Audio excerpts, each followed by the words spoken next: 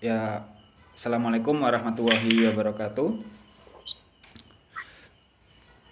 Eh, Waalaikumsalam warahmatullahi wabarakatuh. Perkenalkan Bang, nama saya Bentar Firman Rias selaku mahasiswa Fakultas Hukum. Kemudian bertugas untuk mewawancarai seorang advokat. Tolong Bang Sabda perkenalkan dulu dari mana dan dari law firm mana Bang?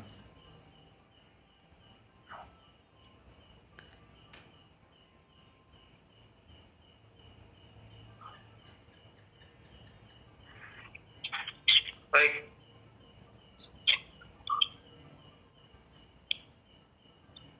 Assalamualaikum warahmatullahi wabarakatuh. Ya, Waalaikumsalam warahmatullahi wabarakatuh. Perkenalkan, nama saya Bendi, tapi biasa dipanggil sama teman-teman Sabda. Saya salah satu advokat yang saat ini berada di Kota Malang. Eh, Kantor hukum kita yaitu Neraca Law Office. Saya juga salah satu alumni Fakultas Hukum UMM.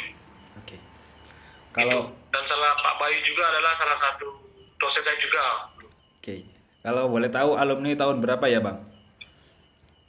Saya kuliah angkatan 2011, jadi alumni 2015. Oke, 2015 ya. Oke, Wisudanya maksudnya ya, wisudanya. oke, siap. Langsung aja nih Bang ya, soal tugas manajemen law firm berkaitan dengan wawancara dengan advokat. Pertanyaan yang pertama nih, yang dimaksud dengan penyuluhan hukum itu seperti apa sih Bang?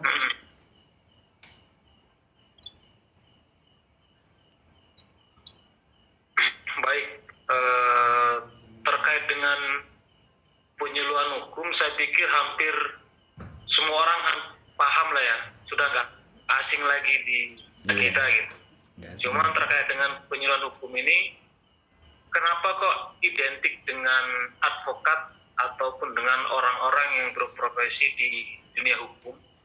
Karena memang pada prinsipnya penyuluhan hukum ini adalah kita memberikan sebuah informasi ataupun sebuah pemahaman tentang norma-norma hukum kepada masyarakat secara luas.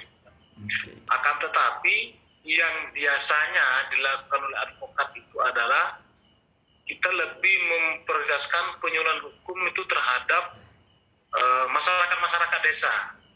oke, Kenapa? Karena biasanya di dalam praktek kita lebih utama di masyarakat desa itu karena kita anggap mereka buta hukum. Jadi sangat minim terkait dengan pemahaman mereka tentang hukum, sehingga tingkat kesadarannya juga minim juga gitu, karena ketidakpahaman ataupun ketidaktahuan mereka terhadap hukum itu sendiri. Nah, artinya penyuluhan hukum ini kita memberikan informasi, kemudian kita memberikan pemahaman hukum terkait dengan norma-norma hukum kepada masyarakat.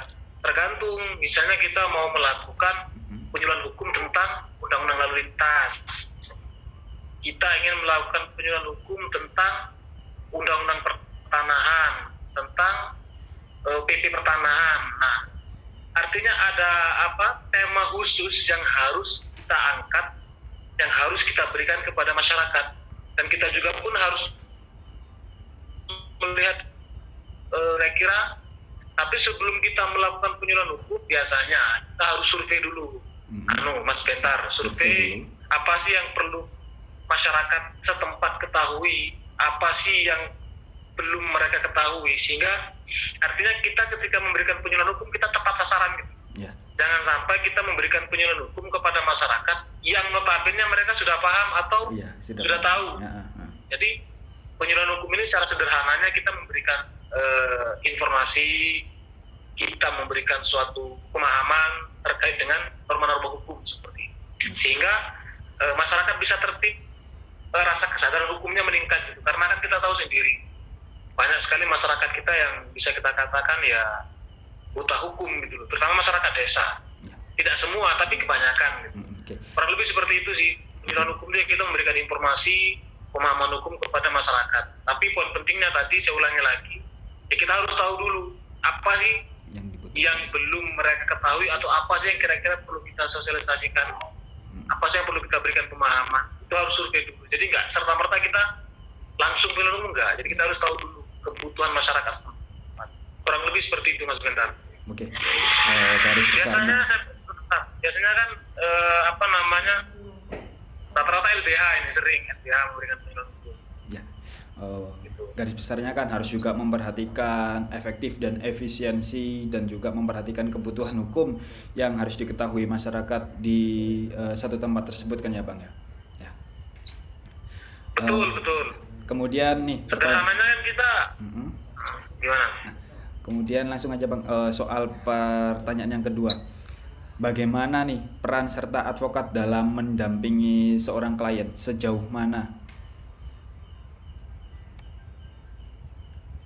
Baik, terkait dengan peran dan fungsi ini lebih tepatnya ya. Fungsi.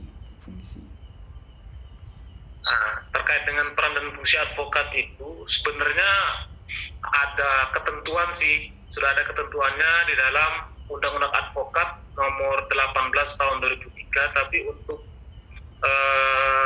pasal berapanya saya lupa ingat, tetapi di sana di Undang-Undang nomor 18 tahun 2003 itu tadi yang tentang advokat itu artinya dia mengatur bahwa jasa hukum itu ya, dia memberikan jasa hukum. Advokat itu dalam melakukan pendampingan perannya itu kan memberikan jasa hukum. Apa itu jasa hukum? Jasa hukum adalah berupa memberikan konsultasi hukum, kemudian bantuan hukum juga, kemudian menjalankan kuasa, mewakili itu kalau dalam istilah perkara perdata, kemudian mendampingi istilah dalam perkara pidana, kita juga membela dan melakukan tindakan-tindakan hukum lain untuk kepentingan hukum klien, baik di luar maupun di dalam pengadilan. Jadi kita memberikan konsultasi hukum, memberikan pendapat hukum, kemudian kita juga membela, mewakili, mendampingi. Pada prinsipnya itu adalah untuk kepentingan klien, baik di luar maupun di dalam pengadilan, seperti itu. Itu sudah ada ketentuan dalam Undang-Undang Advokat nomor 18 tahun 2003, seperti itu. Oke, Mas. Terima kasih. Kemudian di pertanyaan yang ketiga, bagaimana nih sistematika penerimaan suatu perkara itu? Apakah advokat yang mencari klien ataukah sebaliknya nih, Bang?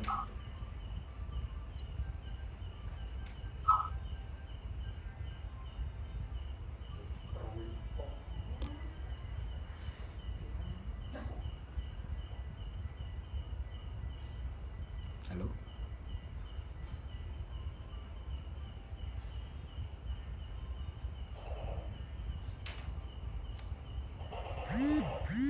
Baik,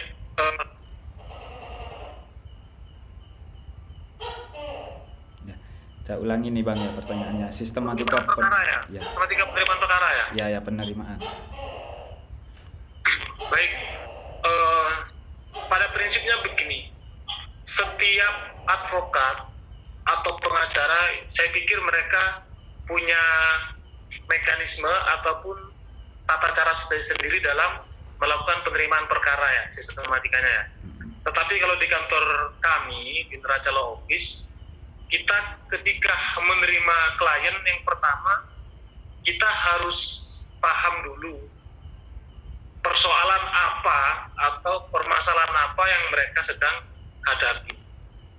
Itu dulu harus kita pahami, harus kita gali secara mendalam. Semisal mereka mengatakan mempunyai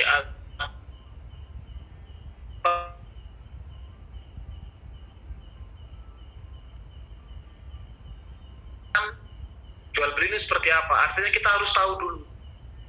Mereka mengatakan jual beli, artinya secara hukum kan mereka klien memiliki hubungan hukum dengan orang lain.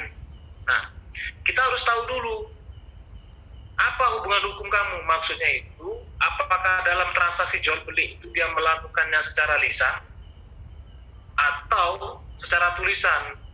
Artinya yang pertama kita harus tahu persoalan mereka secara detail, menyeluruh dan mendalam, sehingga informasi yang kita dapat dari klien itu tidak sepotong-sepotong atau tidak setengah-setengah, sehingga kita dalam melakukan pembelaan, dalam mewakili klien kita bisa secara maksimal gitu. Artinya ya sistematikanya paling awal ya kita harus tahu dulu persoalan mereka, itu yang paling penting Mas Bentar, karena kita bagaimana ingin membela ataupun mewakili, mendampingi orang kalau kita tidak tahu persoalan yang mereka hadapi, itu satu. Kemudian yang kedua, kita harus tahu juga, misalnya tadi saya misalkan jual beli, kita harus telusuri dulu apa sih bukti atau bentuk hubungan hukum kamu dengan orang lain, misal jual beli, ya kita harus tanyain dong, apakah kamu bikin perjanjian jual beli atau kamu sudah bikin AJB atau apapun itu, intinya ada suatu dokumen atau bukti bahwa pernah terjadi peristiwa, sehingga peristiwa itu antara klien dengan orang itu ada hubungan. Nah, selain itu kita juga harus tahu, kamu jual beli ini kan artinya kamu pembeli, dia jual. Kita harus tahu dulu apakah kamu sudah pernah bayar atau belum. Ini kan penting juga, Bung Bentar. Artinya jangan sampai dia mengatakan dia sebagai pembeli tapi tidak pernah melakukan pembayaran. Ini kan lucu. Iya. Misalnya dia beli tanah tetapi dia mengatakan saya ini beli tanah ke si A. Setelah saya beli, kok saya nggak dikasih tanahnya nggak diberikan ke saya, atau tanahnya nggak diserahkan ke saya. Nah, ini kan menjadi pertanyaan. Karena yang namanya orang jual beli, ketika kita membeli dan orang itu menjual, otomatis kan pasti dia kasih barang kita, nggak mungkin lah. Nah, ketika dia mengatakan seperti ini kan ada sesuatu yang janggal. Iya. Makanya perlu kita telusuri. Kamu sudah pernah bayar atau belum? Ngasihkan barangnya. Ternyata, tapi kita lihat lagi dalam ketentuan mereka, dalam perjanjian mereka itu ketentuannya apa? Misal harganya berapa, kemudian objeknya luasnya berapa, terletak di mana, jangka waktunya berapa lama, itu penting juga Bung Meta. Jadi sistematikanya kita harus mencari dan menggali lagi secara mendalam terkait dengan peristiwa-peristiwa hukum yang dihadapi oleh klien yang dia konsultasikan kepada kita. Mulai dari peristiwanya seperti apa, kemudian kita kan nanti akan melakukan pembelaan. Artinya kita harus pegang betul, maksudnya kita harus tahu betul dokumen-dokumen apa yang dimiliki sama klien. Karena begini, Mas Bentar, banyak klien itu yang tidak jujur gitu. Karena mereka menganggap bahwa ketika mereka datang ke kantor advokat, ketika mereka konsultasi kepada advokat, dia beranggapan bahwa dia yang paling benar. Iya, itu Pak. Ya, sering. Bagaimana kemudian kita bisa meminimalisir persepsi mereka bahwa mereka yang paling benar? Ya kita harus memberikan pemahaman hukum tadi, konsultasi hukum tadi. Tapi tentunya berdasarkan data-data yang klien punya. Kalau kita pertama harus tahu permasalahannya mereka apa, kemudian bukti mereka apa, sehingga ada dokumen gitu loh yang membuktikan bahwa dia memang pernah beli, bahwa dia sudah pernah bayar, bahwa dia sudah pernah ada transaksi kan gitu. Itu kalau sistematika itu yang sederhananya Mas Bentar. Tetapi sambil berjalan banyak lagi tindakan-tindakan yang harus kita lakukan. Misal ketika kita sudah mendapatkan informasi secara menyeluruh dari klien terkait dengan peristiwa ataupun permasalahan yang mereka hadapi, kita sudah mengumpulkan barang-barang bukti lah ya, alat-alat bukti yang menunjukkan bahwa memang pernah terjadi transaksi jual beli. Nah, kemudian kita ketika deal dalam menangani perkaranya kita bikin surat kuasa Mas Bentar, salah satu sistematika penerimaan perkara, surat kuasa. Kemudian setelah itu kita juga melakukan gelar perkara.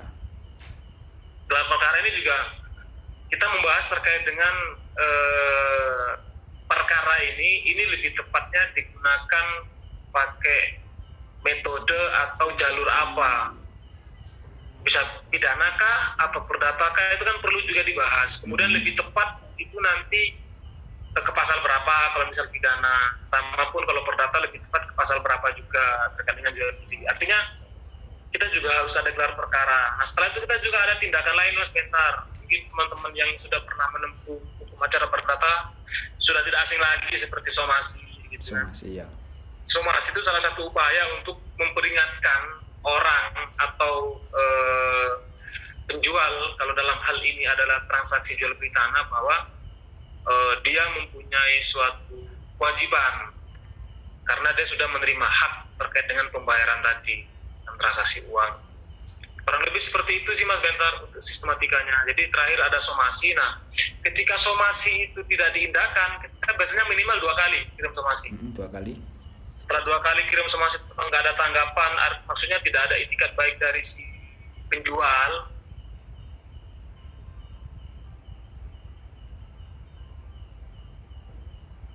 menempuh upaya hukum litigasi, upaya hukum